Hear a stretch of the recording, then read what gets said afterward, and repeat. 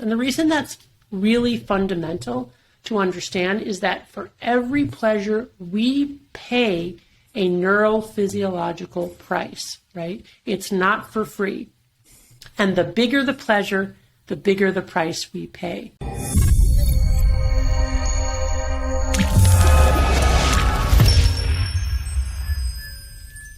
So, welcome to the podcast, Dr. Lembke. Thank you for inviting me. I'm happy to be here. Well, I mean, thank you for joining us and thank you for your work. I mean, I've been recommending all week to basically everybody I know, Dopamine Nation, and even just to watch you on podcasts and speaking, because it's just like the problem as far as I'm concerned. I'm doing PhD work at the moment in the ethics of social media companies monetizing attention. And something that just comes up is dopamine and addiction, like again and again. I wonder, when for you, was it, because you obviously started out before as an addiction specialist, was there a time for you that this became like a global problem, or like that you saw, okay, there's this, like, this is getting bigger almost? Yeah, I mean, I think my recognition of the tentacle hooks of these digital drugs really came with my own addiction to romance novels that was essentially created by the Kindle, right? I mean, this was a book genre I sort of discovered midlife. I've always been a reader, but it was this wonderful escape at a particular point in my life. But I really don't think it would have gotten out of control the way it did had it not been for the fact that the Kindle was invented, and I got one, within 5 years of it coming out. And that was really the conduit. All of a sudden, when these books were available digitally, I didn't have to wait between finishing one and starting the next one. I could scroll and search for an endless quantity and variety of books. That's when it really, I think, in retrospect, dawned on me that, oh my gosh, like we are all going to be vulnerable to this problem. Because really, I'm not somebody who prior had problems with addiction. I mean, I've had other problems, but I hadn't had that problem. And I really thought I was immune to that problem. Then all of a sudden it was like, oh no, I can also, go down this rabbit hole. And of course that was almost 15 years ago. Since then it's exploded even more. And I'm facing, the same problems everybody else is with watching a TikTok dance video and then finding myself 4 hours later still watching TikTok and like, what teleporting happened? Through time. Yeah. Yeah, it is. It's a teleporting. It's a good word. Good word. Yeah, I actually just bought today a K-Safe. I don't know if you know them, for basically a kitchen safe timer that you put your phone in and it kind of locks it away for a period of time. But do you think the technology has made it that, because addiction, I suppose previously, I wasn't there necessarily, but you would assume it's made it more mainstream, or there's going to have to be more of a, like, if we can all get addicted to smartphones, does that open the door to other addictions? I thought I'd heard that before, but I wanted to ask you, do we get primed for other addictions by having one addiction? Well, it certainly appears that way. And that's based on the animal science as well as the kind of clinical observation. So what the animal science shows that is, if you take a rat, for example, and you get it addicted to, let's say, cannabis, and then you remove cannabis, from that rat's environment for a long time, let's say a year, which is about a rat lifetime, and then you expose that rat to something like cocaine or any other drug, what you'll see is the rat will get addicted much more quickly to cocaine, having already been exposed to and gotten addicted to cannabis, even if that exposure and addiction was a lifetime ago.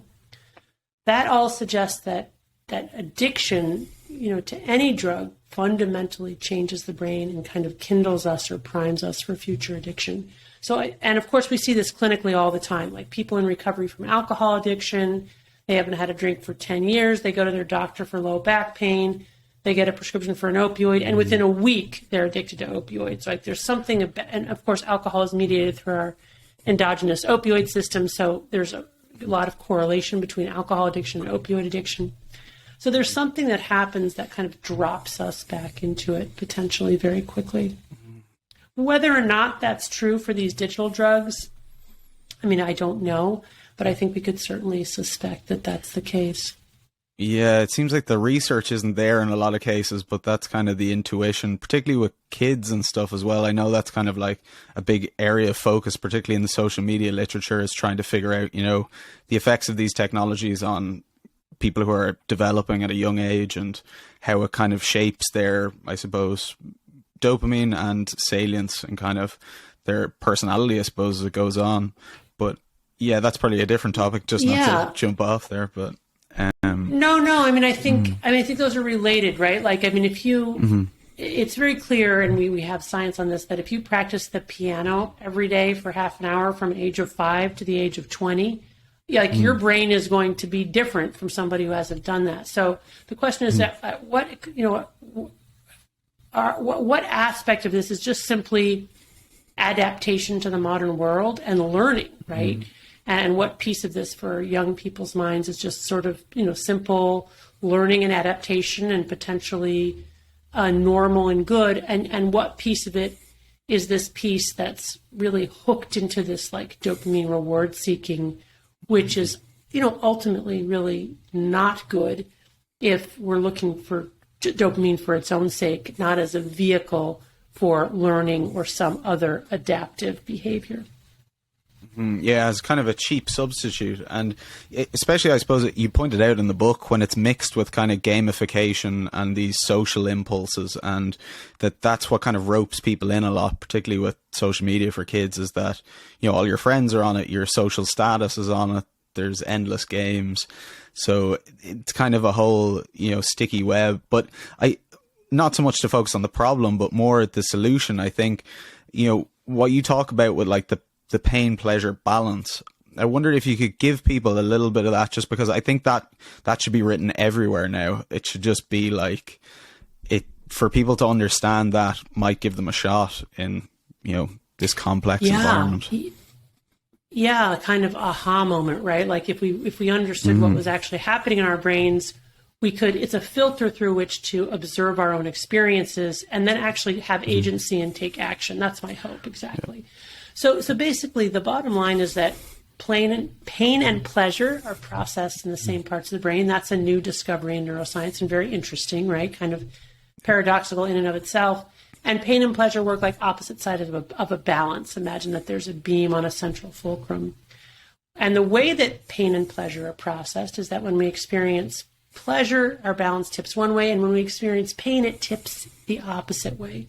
And the overarching rule governing this balance is that it wants to remain level, or what neuroscientists call preserving homeostasis. And our brains will work very hard to preserve or get back to homeostasis after any deviation from neutrality. So when we do something that's highly pleasurable or reinforcing, you know, whatever it happens to be, it might be different for you than it is for me. We release dopamine, the reward neurotransmitter, in a special circuit of the brain called the reward pathway, consisting of the nucleus accumbens, the ventral tegmental area, and the prefrontal cortex. And our balance tilts to the side of pleasure. But no sooner has that happened than our brains will work to restore a level balance. And our brains do that first by tipping an equal and opposite amount to the side of pain. Now, I like to imagine that as these little neuroadaptation gremlins hopping on the pain side of the balance to bring it level again. But they like it on the balance, so they stay on until they're tipped an equal and opposite amount to the side of pain. And then they get off, and then we go back to a level balance. And the reason that's really fundamental to understand is that for every pleasure, we pay a neurophysiological price, right? It's not for free. And the bigger the pleasure, the bigger the price we pay. And it's stressful on the body to have to work to restore homeostasis. Furthermore, the second rule of the balance is that with repeated exposure to the same or similar reinforcing pleasurable stimulus, that initial deviation to pleasure gets weaker and shorter, and the after response gets stronger and longer. In other words, those gremlins once created, even when they're off of the balance, never go away. They're waiting in the wings to hop on again. And with repeated exposure, they multiply and they get stronger. So soon we end up with enough gremlins on the pain side of the balance to fill the whole room, and they're camped out there. They're not going anywhere soon. And this is the addicted brain, right? We're walking around with a balance chronically tilted to the side of pain, which means we need more and more of our drug to get the same effect. We need our drug not to get high now, but just to restore equilibrium and feel normal. And importantly, when we're not using, we're experiencing the universal symptoms of withdrawal from any addictive substance, which are anxiety, irritability, insomnia, depression, and craving.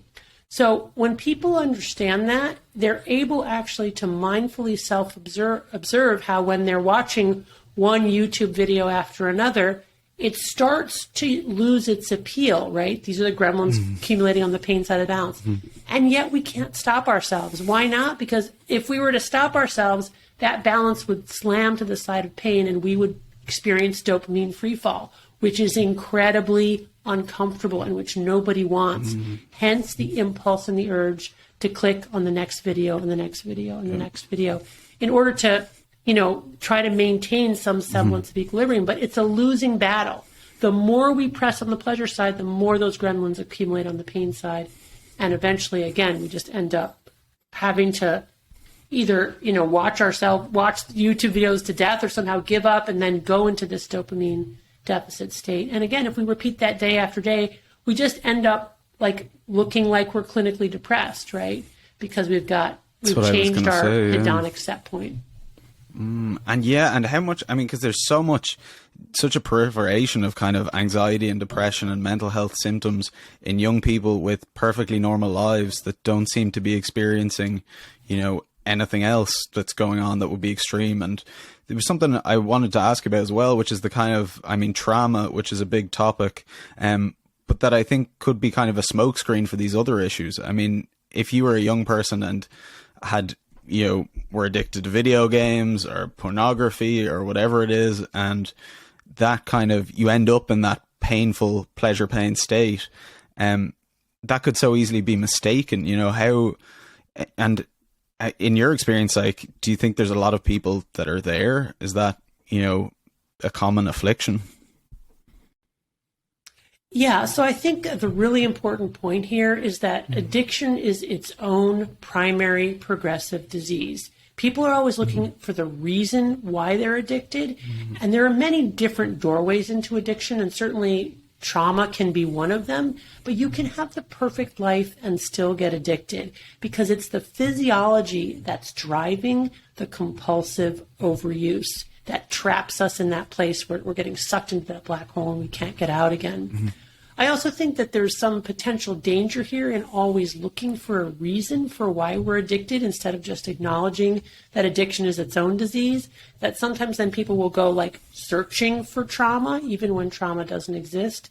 And patients and providers, mental health care providers, who have been trained to look for trauma will sometimes collude in a narrative around trauma that's not actually accurate or true. So I think that can be really potentially destructive and one of the unintended consequences of, which is initially a good thing, which is let's process the trauma. Other doorways into addiction are co-occurring mental illness, inherited biological predisposition for addiction, unemployment, poverty. Those are all risk factors as well. But one of the biggest risk factors for addiction, which people hardly ever talk about, is simple access. If you live in a neighborhood where drugs are easy to get, you're more likely to try them, more likely to get addicted. If you live in a world where you can go to your doctor and get opioids written and Xanax written easily, or you have digital drugs at the touch of your fingertips, you're more likely to try them and more likely to get addicted. And you don't need another reason.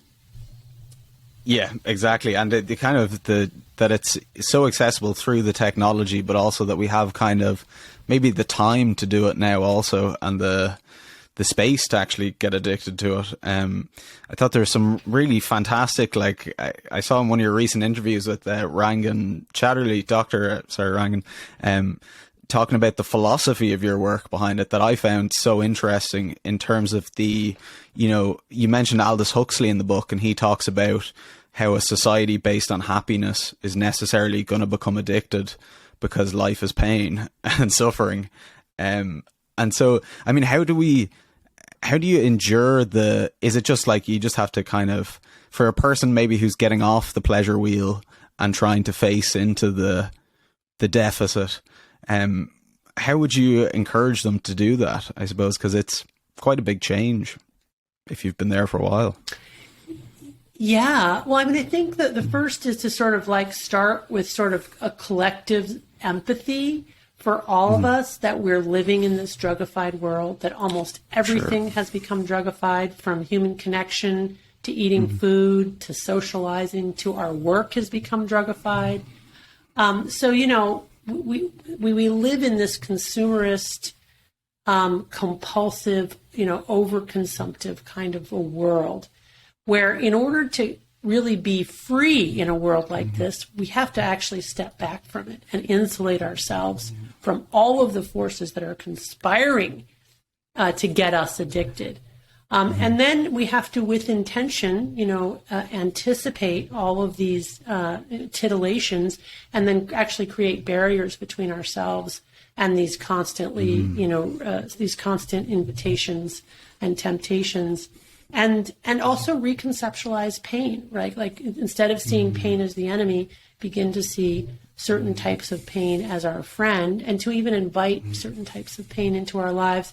Because as I talk about this balance, and the gremlins are agnostic to where they jump on the balance. If we start by pressing on the pleasure side, they will happily hop on the pain side. But if we actually do something that's painful intentionally, they'll happily hop on the pleasure side and reset our, you know, hedonic pathways to the side of joy. So it's about kind of restructuring our lives to avoid intoxicants, or at least avoid them, you know, very infrequent use, with frequent use, and avoid using them in large amounts. So we want to use them infrequently and in extreme moderation. And then intentionally kind of seeking out and doing things that are hard as a way to change our physiology. Yeah, there's a lot in there, and particularly the kind of like self-binding strategies that you talk about. I mean, how much can willpower really be relied on in these situations? Like, should a person, I know you use the example of Odysseus in the book, you know, tying himself to the mast to stay away from the sirens. I mean, is that really, you know, the best way? I mean, that's what I'm doing with this K-Safe, trying to just put the phone in it, because I'm not particularly good at, like, if it's there, you know, it's in my hand and I'm going to end up looking at it. So I wonder your thoughts on willpower in that situation. Yeah. So, I mean, most people have heard by now some adage to the effect that willpower is not an infinite resource, you know, that we wake up with a certain amount of willpower and it actually wanes through the course of the day. And I'm sure we've all experienced that, you know, wake up saying, I'm not going to do X, Y, or Z. And by 5 or 6 p.m., we're doing X, Y, or Z. So what Odysseus represents, and what you represent with your kitchen safe, which I actually mentioned in the book very briefly, is a recognition of the limits of willpower, right? I mean, if Odysseus believed in his own willpower, he wouldn't have had his sailors strap him to the mast with rope, right? Yeah. He would have thought, well, that's okay, I can resist that, the siren's call. But he knew he couldn't. So in anticipation of being in that situation, he had himself tied to the mast. You too. Like you know that probably, even though you said to yourself, I don't want to be on my phone after 6 p.m. or between, let's say, 6 p.m. and 6 a.m., who knows what your fasting protocol was. You know yourself well enough to know that if it's available to you, you will use it. So you put in that kitchen safe, and of course that safe works where once you set the timer, I mean, you could take a sledgehammer to the thing, you're not getting back in there. And it's your recognition of the limits of your own willpower. It is actually psychologically fascinating what happens in our brains when we remove the choice. And I urge anybody to do this, either with a kitchen safe or some other vehicle, where you take your phone and you literally put it in a place where you will not have access to it for a period of time. You will experience the most unbelievable release from mental preoccupation and craving, because it's the knowledge that we can that ends up occupying a huge amount of our real estate. Whereas when we know we can't, it's like, oh, okay, I'll move on. And it's not the same kind of burden. I actually have an anecdote about that. I was doing my driver's theory test, and they obviously make you put your phone in kind of a locker so you don't cheat. And it was probably the first time I put my phone in a locker that was like locked by somebody else. And so I couldn't get at it for this time. And the freedom hit me like a sledgehammer. It was crazy. Yeah. That was part of the thing that inspired me really to get the kitchen safe, was that feeling. I was like, wow, I'm actually really like obsessed with this phone. And it hadn't really occurred to me. It was, really fascinating. It's really incredible. Yeah, and especially, so what's happening when you first put the phone away is you're essentially taking the weight off the pleasure side of the balance, but your gremlins have now accumulated, so now you slam down to pain, so you're in withdrawal. Now, if you wait long enough, those gremlins hop off, you restore homeostasis, and that craving goes away, but it takes some time. So in those initial hours, if you don't have access, you're relieved of the burden of the craving. And I try to do a digital Sabbath one day every week, usually on Saturdays. But, I have access, right? And I find in the first 12 hours or so of that Sabbath, it's really hard. Every week it's hard and new because I've accumulated gremlins on the pain side of my balance. But by the time I get through, like Saturday afternoon, I feel great. And I'm no longer in that craving state. So, once we get far enough out, we are free. But that initial craving is just overwhelming.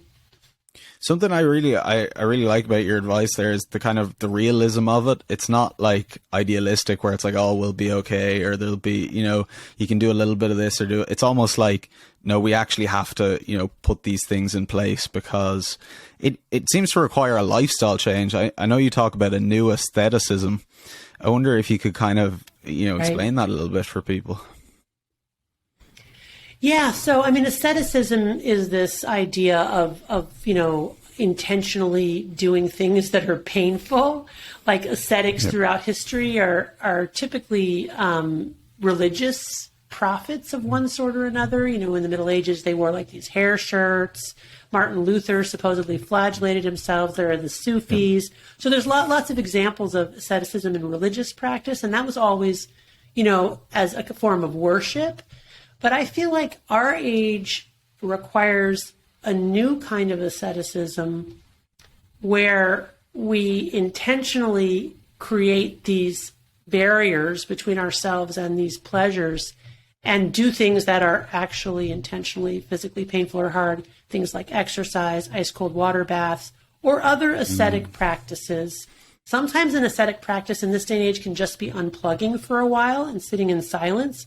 Like, we're so overstimulated, most of us, that just doing that is incredibly anxiety provoking. But those kinds of practices I feel are really important from a physiological and neuroscience perspective in order to reset our brains.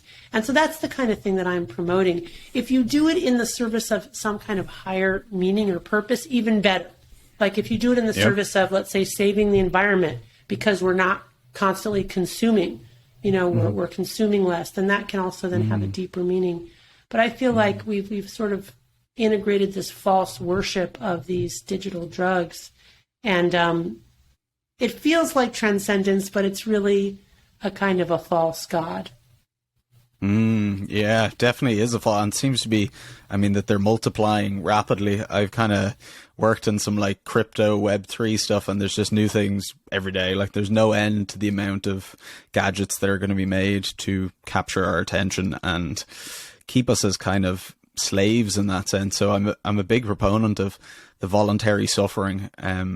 Something that I see in martial arts, I have a black belt in Bujinkan and Jiu-Jitsu, and the philosophy of that was always that pain is good. Like you should at least try to, the idea is to cultivate an immovable spirit. That's the kind of the end goal of it. Nice. That you should be able to, withstand these things. And that's actually good for you in a way. Right. This idea that instead of pain being bad, pain is actually a way to build up our resilience, to build up those mental calluses. That's exactly right. And yet the cultural narrative now is so different from that, right? It's this idea that if you're unhappy or you're in pain, you must be sick, or there's something wrong with your life, or you should go see a doctor or take a pill. Like we really have to reframe pain and think about the way that it informs our lives in these really important and positive ways. And also importantly, how physiologically we are wired to endure pain. And by not experiencing physical pain, we're really confusing our bodies. I think that's a really important piece of it too. Yeah, and that sometimes pain can be you learning something. Like if you're kind of adverse to pain, it's going to be very difficult to go beyond your comfort zone or go to somewhere that you don't. I've been kind of quitting drinking on and off, so I'm doing like this year without drinking to try and like, you know, I suppose reset that. And it's so like, I never realized, because like I wasn't an alcoholic, but I'd go out every weekend, and that was so part of my routine that, you know, I get the FOMO on a Saturday night. I have to deal with the discomfort of that, you know, bartenders laughing at me when I order a non-alcoholic beer. So I gotta like, you have to kind of build the resilience almost to undergo it. But if I was just looking for pleasure or what makes me feel good, I wouldn't do that. You know, I'd still just be drinking pints. Right, exactly. So that you've kind of, you appreciate the value of asceticism, of doing things that are hard, of abnegation, right? Of denying yourself these pleasures for the promise of something greater down the road. And I'd be curious to know what not drinking has brought you in terms of that something greater down the road. But you're absolutely right. If we don't have a culture that supports that kind of framing, it won't even occur to us to try it. And yet what we're seeing is that rates of anxiety and depression and suicide are going up all over the world, and they're going up fastest in rich countries where people have access to all of these pleasures. So clearly there's some kind of inverse relationship between all of the wonderful pleasures we have and how we actually feel. And as I talk about in the book, it makes perfect sense from a neurobiology that the relentless pursuit of pleasure for its own sake actually leads to the absence of pleasure. And that just provides such a like a fantastic, I know it's a lot in the book, I mean, the philosophy of it, that did you find that that's kind of a research basis almost for a lot of ancient wisdom and a lot of kind of, you know, received wisdom? I'm a big fan of Stoicism, and it reminded me a lot of the stuff of that, you know, some pleasures are bad, you should discipline your desire. You should try and, you know, be modest, be temperate, don't go too far with things, the whole nothing in excess. And I wonder, does it remind you of any of these systems? Is there any ones that you think, I mean, was that something you were trying to do, or is it just a pure coincidence? Yeah, so I mean, I came to this, what I think is a truism about human nature and about life, really through my work with patients, not through, because I'm not formally trained in philosophy. It was really by seeing my patients get into recovery from a severe addiction and seeing how their character and their lives blossomed with simply eliminating this drug of choice, and how they had then access to wisdom that, like, the average person without addiction doesn't have access to. And then also my work, you know, with people getting dependent on opioids, people with chronic pain, and seeing that their pain actually gets worse over time. And then just generally having this sense in the world that much of our unhappiness today is because of too muchness. You know, we talk about all of the various forms of trauma, whether it's socioeconomic or relationship trauma, but there's some deep core inside me that thinks that most of our unhappiness is driven by overabundance and by actually the lack of friction and hardship in our lives, that we're not wired for life to be this easy, and that it's really the mismatch between our primitive wiring and the modern world that leaves us all so restless, so anxious, and so miserable.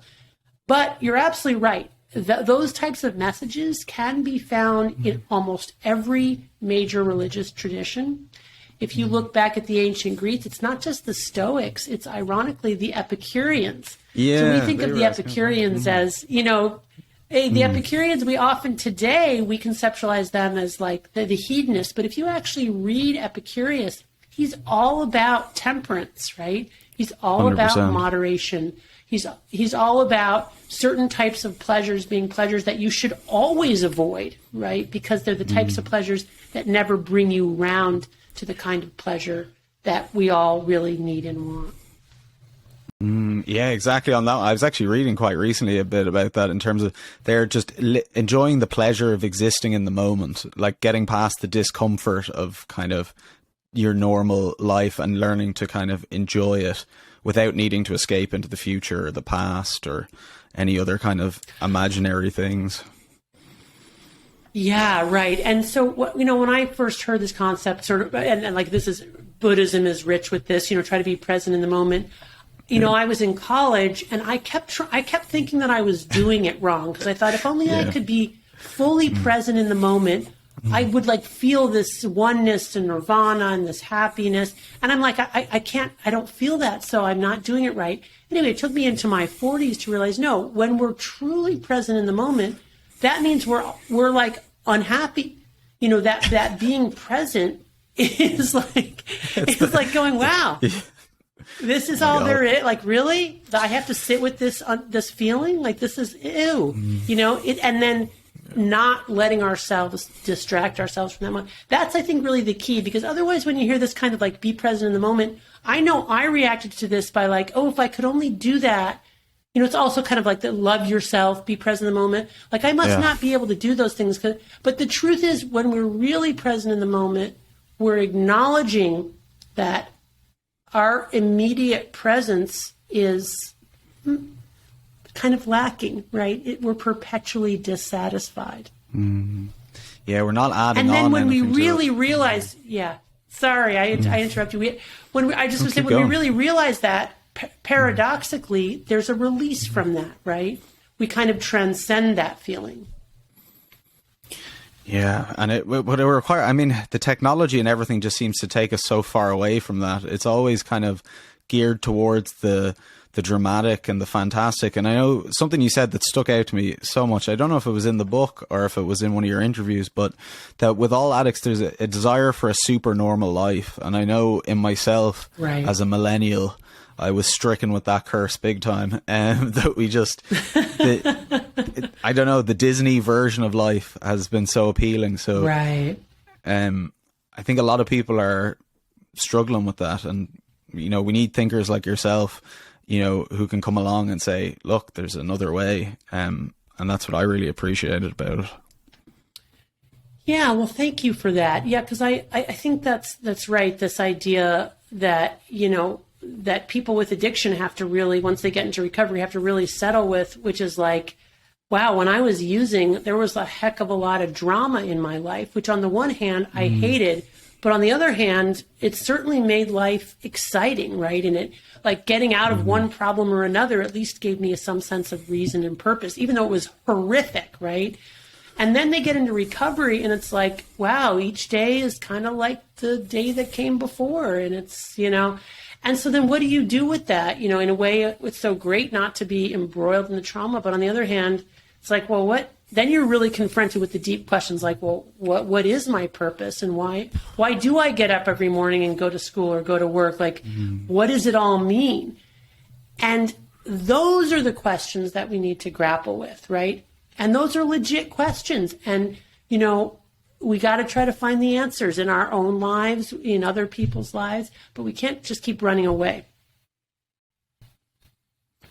Yeah, that was such a good answer. I completely forgot what I was going to say. It's exactly what I experienced, I suppose, quitting drinking. Your millennial, yeah. Oh, yeah, so tell me more about that. I'm curious about that. Yeah, well, I kind of started doing it similar to what you'd said. I kind of got to a point where I almost wanted to, even if I was going to feel bad, I wanted to feel bad rather than to feel fake kind of happy or like glossing over where I was at, because I wasn't particularly happy with, I'd go out drinking, I'd drink too much, I'd do stupid stuff, that's again the drama of it, you don't know where you wake up or you do crazy shit and people love it and they think it's great, but ultimately there's kind of an emptiness behind it. And that's what I found the first time I quit for 6 months during the pandemic, and I really it really hurt in a way.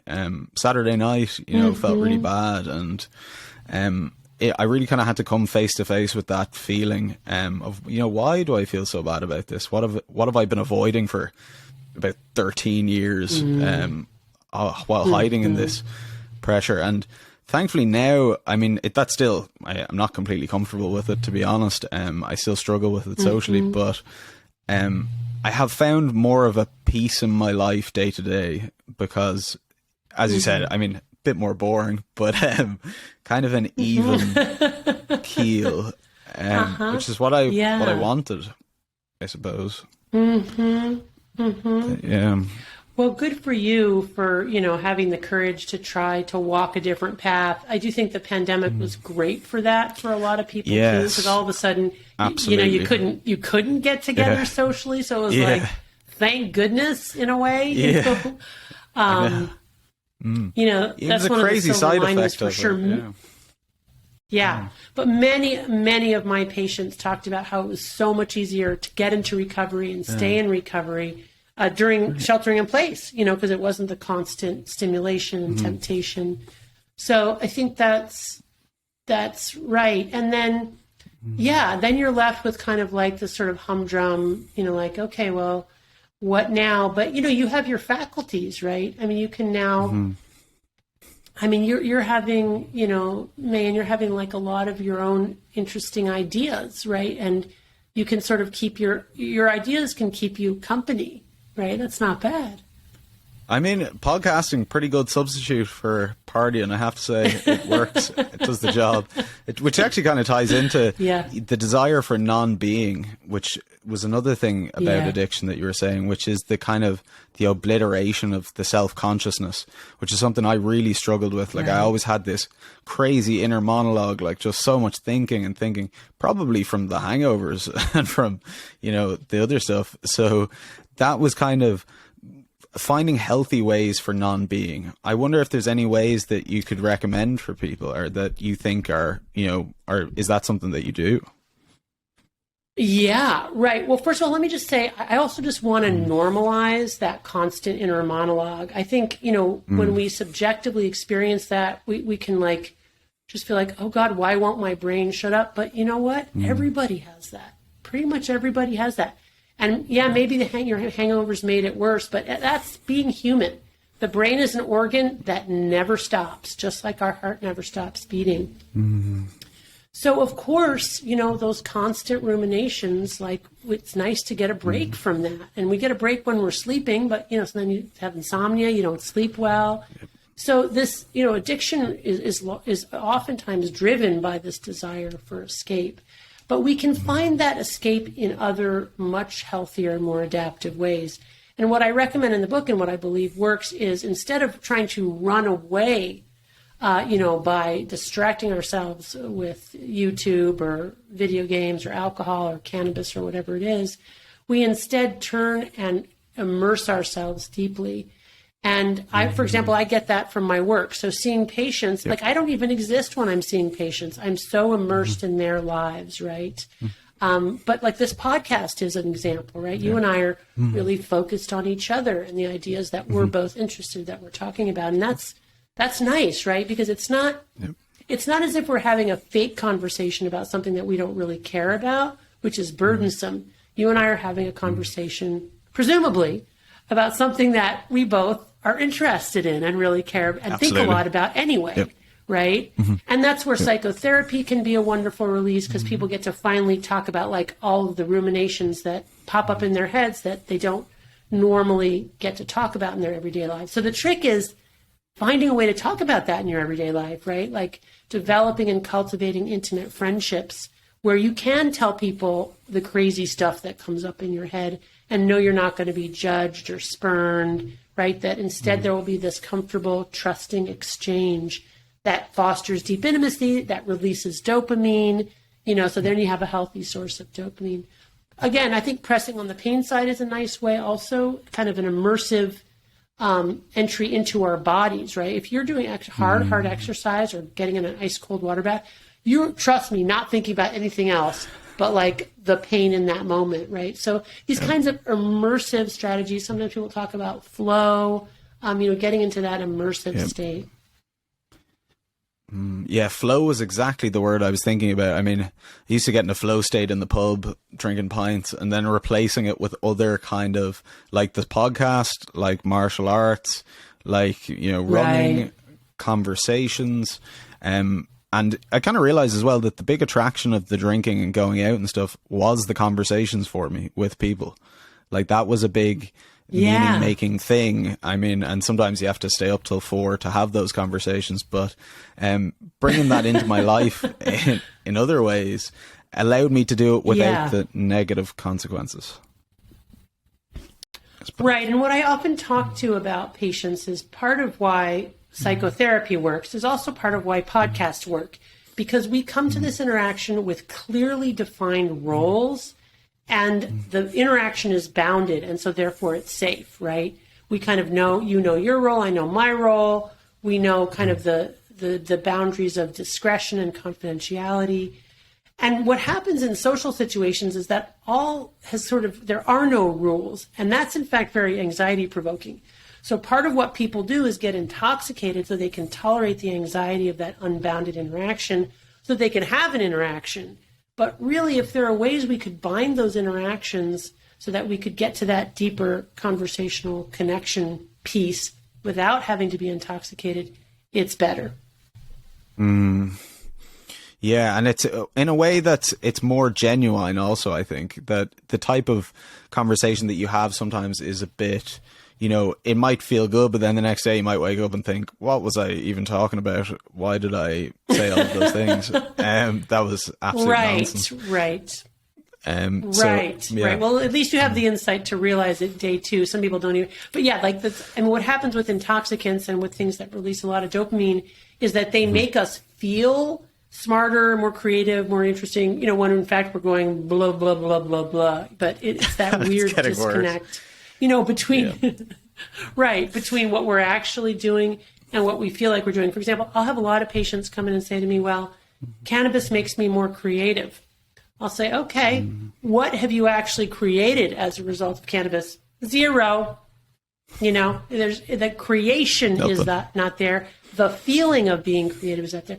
Another big one now with that now is like psychedelics. Oh, I want to have a spiritual experience. Okay. Yeah, I had a spiritual experience. Okay, well, what about your life is more informed by spirituality?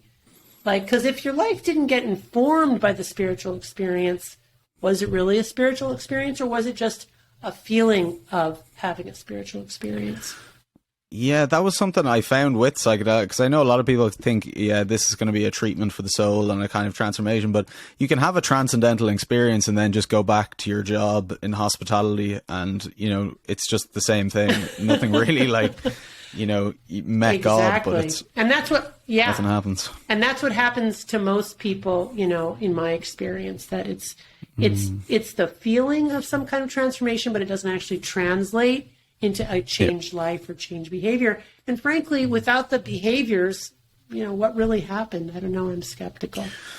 Yeah. And I mean, sometimes I guess in your book, you make a great point of that treating drugs with drugs is kind of a risky, you know, path to go down maybe, or that there's externalities there that could be not adaptive. Costs. Yeah. That's right.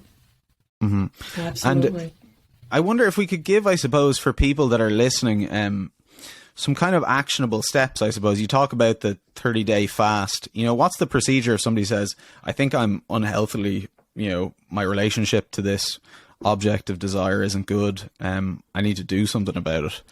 Where would you recommend that they start? Yeah, so the first place I recommend is just kind of thinking through what is that drug or behavior that I have you know, a relationship with that I want to change, right? That thing that once I start, I have difficulty stopping, that thing that leaves me feeling good in the moment, but worse afterwards, that leads me to do things I regret, that interferes with my ability to be the person that I want to be, to pursue the goals I want to pursue. Just even acknowledging that we have something like that in our lives, and then being totally honest with ourselves about, okay, well, how often am I using, you know, how much?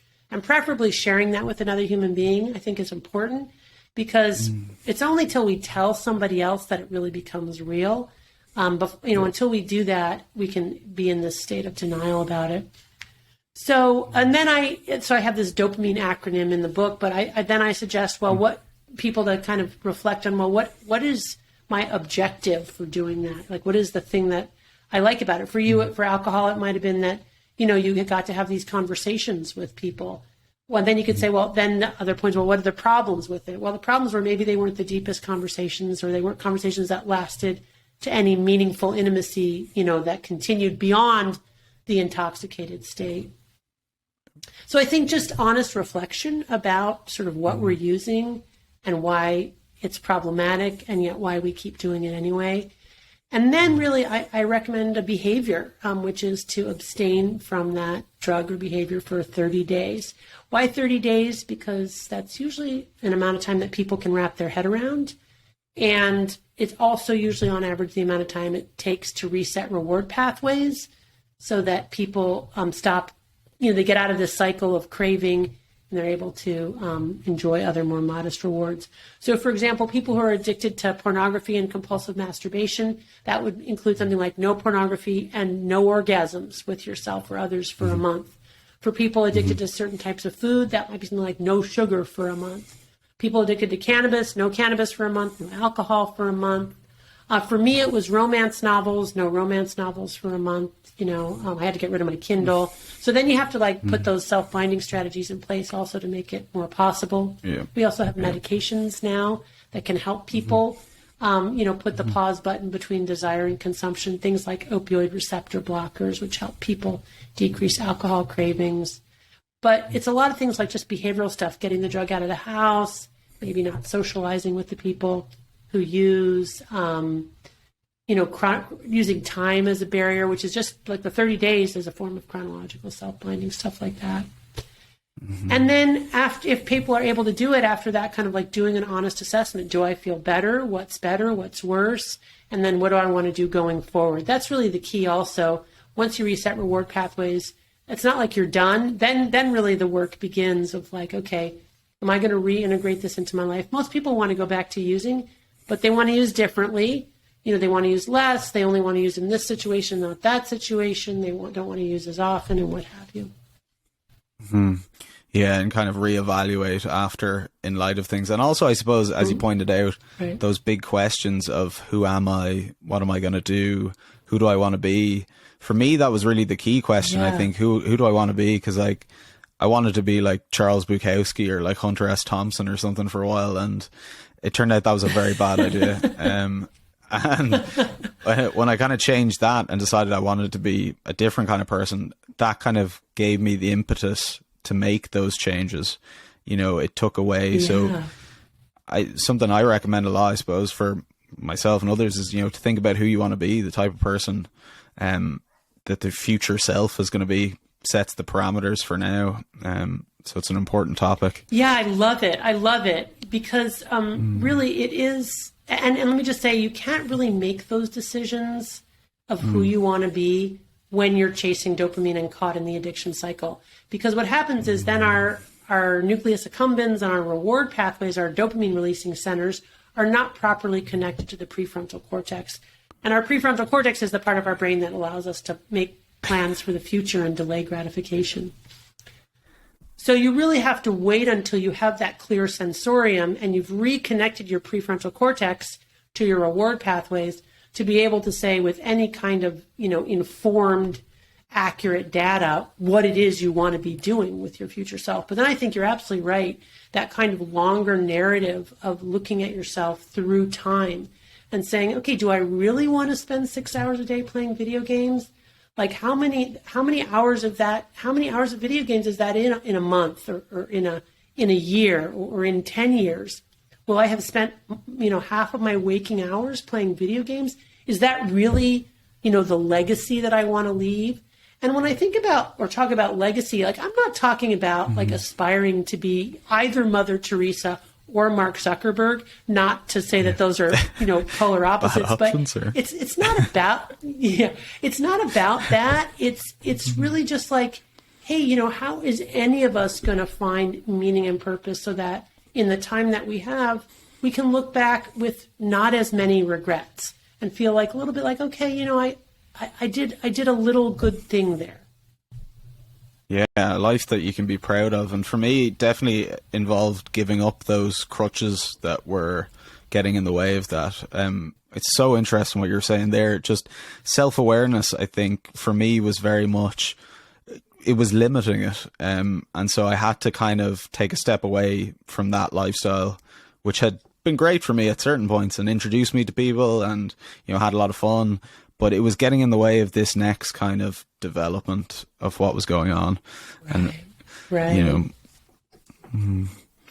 Yeah, and it's really interesting because there are neuroimaging studies that show that when we engage in short-term rewards, the part of our brain that lights up is this reward pathway, the limbic brain, our kind of lower midbrain emotion lizard brain.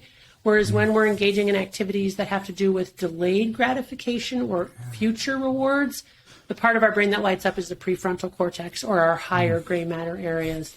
So it really does go to show that, you know, when we're constantly consuming these short-term rewards, we're basically strengthening and activating our lizard brain, right? Which, I mean, we're not lizards, right? So, you know, we don't want to live at that level. Like we've got all these layers of gray matter that we really should be engaging in when we're sort of deciding what to do with our time and our lives. I was going to say their lizards do live in the moment, but I don't know if that's exactly where that's true. That's maybe true. Not in the way we should. They probably do. I'm hot. Thank you so much, cold. Anna. I'm hot. I'm cold. You're very welcome. This was. Yeah, I hope you enjoyed it, but I definitely thank you so much for your work. It's a massive inspiration. I'll keep just, you know, shouting it from the hilltops for people to read the book, watch your podcasts. Oh well, thank you. This was it was really fun talking to you. Really fun talking to you, and I love getting the millennial perspective. And actually, talking to you gives me hope for all millennials. I know if I can get out of my quarter life crisis, everybody can. It can be done. There's hope. Thank you so much, Anna.